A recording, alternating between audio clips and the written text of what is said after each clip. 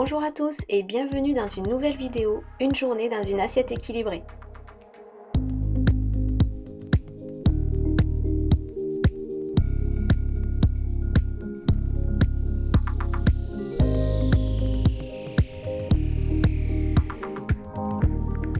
On commence avec un petit déjeuner gourmand, très riche en glucides. C'est le petit déjeuner idéal pour une journée bien remplie.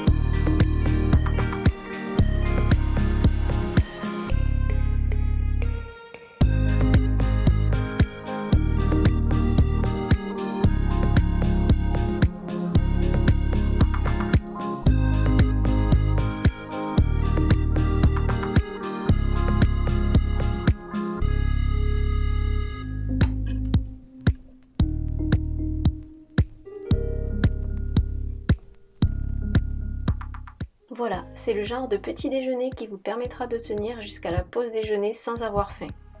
J'ai utilisé du pain avec des farines de qualité, dont le petit épeautre. Ensuite, j'ai préparé cette tartinade avec une banane qui apporte un goût très sucré à ce petit déjeuner, le beurre de cacahuète qui apporte des lipides et un peu de protéines, et j'ai terminé avec ces éclats de fèves de cacao pour encore plus de gourmand. Alors pour le repas de ce midi, j'avais envie de préparer une assiette un peu inspirée. Vous savez, on voit beaucoup ça en ce moment, les pokéballs. Je trouve ça très joli, plein de couleurs, c'est vraiment appétissant, ça donne envie. Donc là j'avais une idée de recette où je vais pouvoir retrouver tous mes groupes alimentaires et je voulais le présenter comme ça. Pour cette recette, ce qu'il y a, c'est que j'avais besoin normalement de brocolis, mais je n'ai pas eu le temps d'aller faire les courses. Alors j'ai détourné les légumes d'une recette de ma box HelloFresh que j'avais commandée ce week-end. Donc il y avait une recette avec des brocolini. Voilà, je vous montre. Voilà. Ça ressemble en fait à des jeunes pousses de brocolis. Mais voilà, pour faire la recette, normalement, juste un bouquet de brocolis, c'est largement suffisant parce que c'est vrai que ces brocolini, on n'en trouve pas partout. Enfin, moi, j'en vois jamais dans les commerces où je vais. Donc, comme je vais préparer les brocolini, vous pouvez faire avec les fleurettes de brocoli. Vous les coupez, vous les hachez grossièrement au couteau et puis vous gardez toute la partie, les troncs, les branches du brocoli. Vous pouvez les peler, vous les coupez, vous les congelez pour par exemple faire une soupe cet hiver un peu plus tard. Donc voilà, on va préparer tout ça. Donc les brocolini vont servir de légumes. Je vais utiliser de la carotte pour mettre un petit peu plus de couleur. Et je vais préparer des petites boulettes de viande. C'est parti, je vous montre tout ça.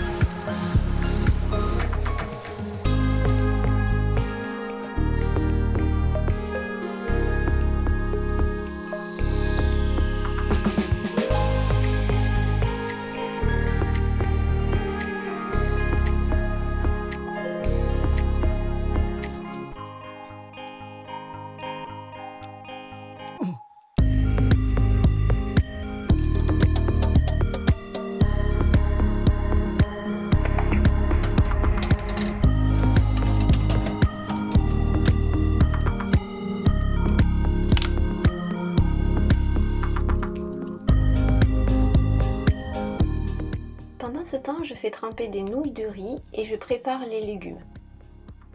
Alors j'utilise l'équivalent d'une cuillère à café d'huile de coco que je fais fondre sur feu moyen. Je vais faire revenir l'équivalent d'un quart d'oignon rouge émincé, de l'ail et du gingembre frais râpé à adapter en fonction de votre goût. Et je rajoute un petit peu de piment rouge, mais si vous n'en avez pas, vous pouvez utiliser du poivre au cyngbé ou même du piment d'Espelette. Je laisse bien revenir ensemble tous ces aromates pour que toutes les saveurs s'en dégagent et je rajoute les brocolini, ou vous, si vous avez du brocoli, juste les fleurettes hachées grossièrement. J'assaisonne avec un petit peu de sel et je rajoute un fond d'eau pour terminer la cuisson.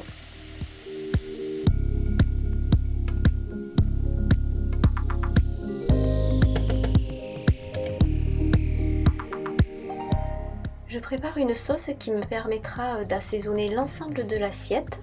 Donc je vais utiliser d'abord un jus de citron vert, de l'huile de sésame qui va vraiment apporter beaucoup de goût à cet assaisonnement, de la sauce soja ou du tamari, ça va bien relever, c'est ce qui va apporter la note salée de l'assaisonnement, et une cuillère à café de sucre de coco qui viendra adoucir et harmoniser la sauce.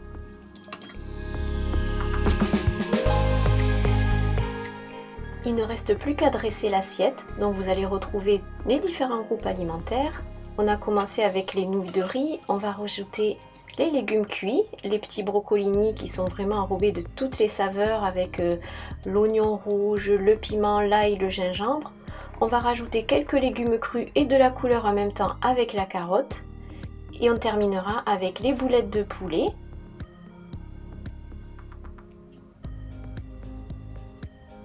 Et pour un peu plus de gourmandise, de croquant et de goût, d'abord je vais mettre un petit peu d'herbe fraîche, de la coriandre et de la menthe. Et donc pour le croquant, surtout ça sera les noix de cajou. Voilà une assiette équilibrée, originale, pleine de saveurs et rassasiante.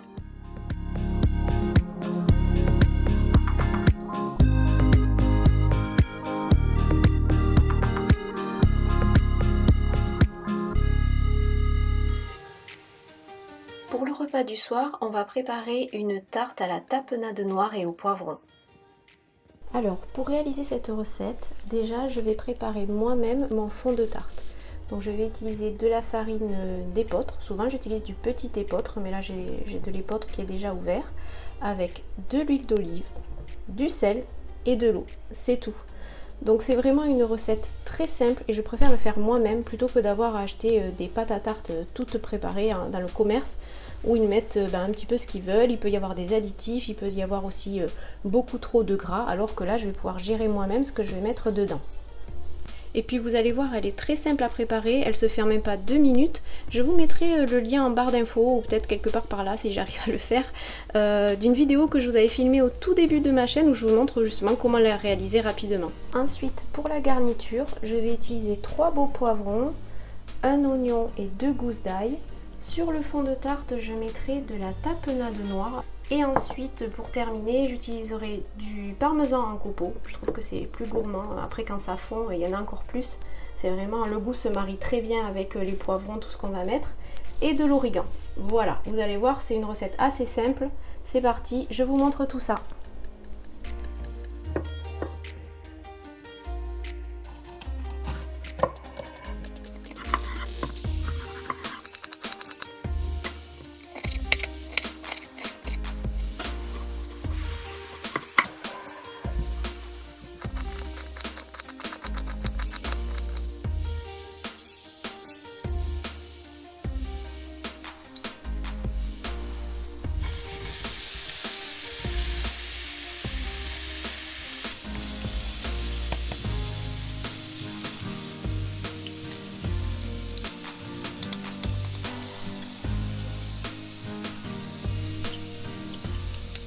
Alors dans un premier temps, j'ai fait un petit peu doré.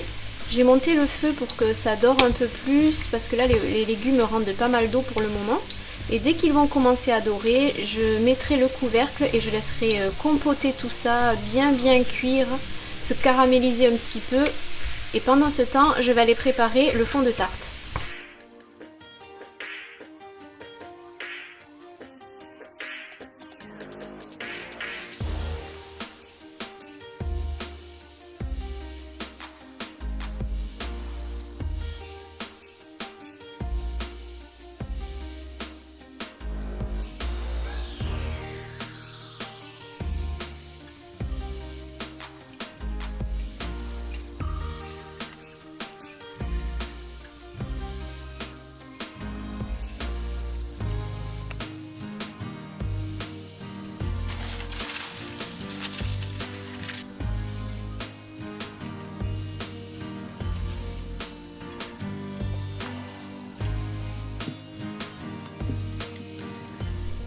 Alors je sais pas si vous voyez bien la couleur de la pâte, mais vraiment on voit qu'on est sur une farine complète. Là vraiment on aura une bonne source de glucides. Franchement regardez-moi ça. Là il y a des fibres aussi là-dedans. Voilà, d'où l'intérêt de faire soi-même sa pâte à tarte. Et regardez franchement, ça a été super simple, elle a même pas accroché ni rien. Voilà, c'est fait en 2 minutes, vraiment facile à faire et avec de bons ingrédients.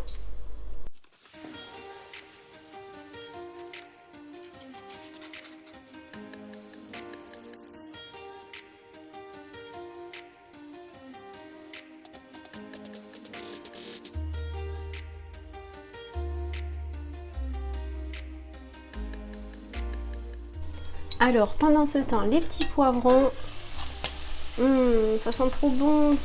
Alors ils ont bien fini de cuire. Ça a bien compoté en fait, hein. Donc j'ai pas regardé le temps, mais ça fait plus de 15 minutes qu'ils sont en train de cuire à couvert. Donc là on voit qu'ils se sont vraiment bien ramollis. Je vais laisser encore un petit peu dorer, j'enlève le couvercle le temps que ça réduise encore un tout petit peu plus. Et après je pourrai garnir la tarte.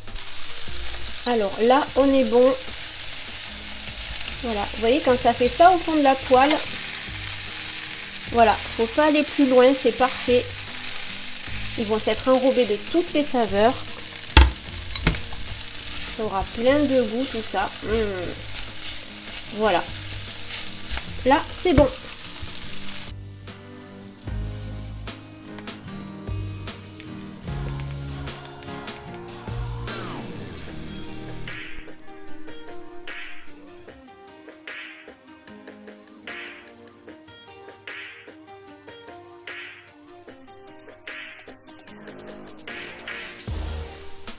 Et voilà, maintenant je vais le mettre au four pour 35 minutes à 180-200 degrés maximum en fonction de votre four. Et voilà, je vous laisse imaginer comme ça sent bon. Franchement, les tartes de légumes, c'est un bon compromis pour réussir à manger sa portion de légumes. Je l'ai accompagné avec une salade verte, des pousses de haricots mungo, un petit peu de saumon fumé pour apporter une source de protéines à ce repas du soir. Et j'avais aussi rajouté un petit peu de coriandre et d'oignons nouveaux pour relever cette salade.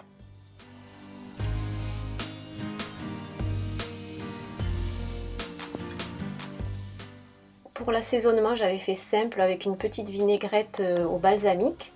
Et franchement, le problème avec ce repas, c'était d'essayer de ne manger qu'une seule part de tarte, tellement c'était bon.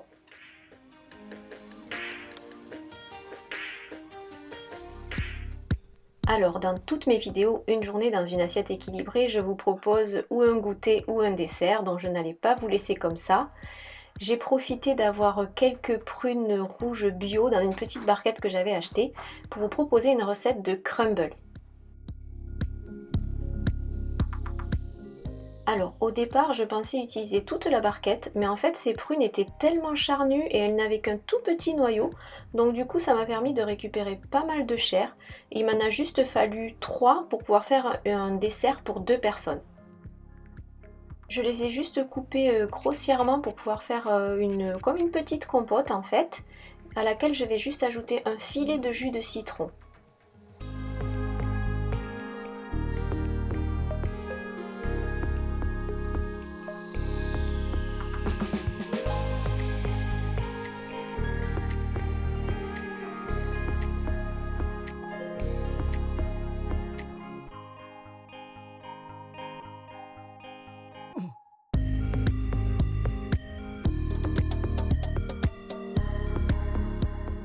Alors pour la pâte à crumble, au lieu d'utiliser de la farine, du beurre et du sucre raffiné, j'ai plutôt utilisé des flocons d'avoine. Donc là pour 2 personnes, j'ai mis 3 cuillères à soupe de flocons d'avoine, une cuillère à soupe de sucre de coco et j'ai utilisé de la purée de noisettes pour remplacer le beurre, la matière grasse en fait.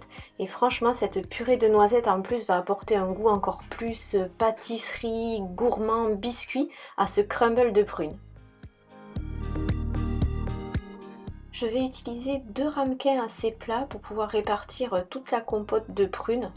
Donc je ne sais pas si vous voyez cette couleur, mais rien que ça déjà, ça donne ne serait-ce que le goût. Ça nous permet d'imaginer toutes les bonnes choses qu'il y a dans ces petites prunes. Je répartis la pâte à crumble sur l'ensemble des deux petits plats et vous allez voir, le fait d'avoir utilisé des flocons d'avoine, on va retrouver un petit peu la texture du granola. Voilà, après cuisson, on a ces petites pépites qui se sont formées avec le sucre de coco et la purée de noisettes. Franchement, c'est délicieux, c'est très très gourmand. On peut très bien préparer un dessert de façon saine avec des bons ingrédients et se régaler. Je peux vous assurer que ça a fait envie à plus d'un et Newton était prêt à tout pour en avoir un petit peu. Voilà, c'est la fin de cette vidéo, j'espère qu'elle vous aura plu et qu'elle va vous motiver à vous préparer de bons petits plats. Merci de vous abonner, de liker et de partager et je vous dis à très bientôt pour une nouvelle vidéo.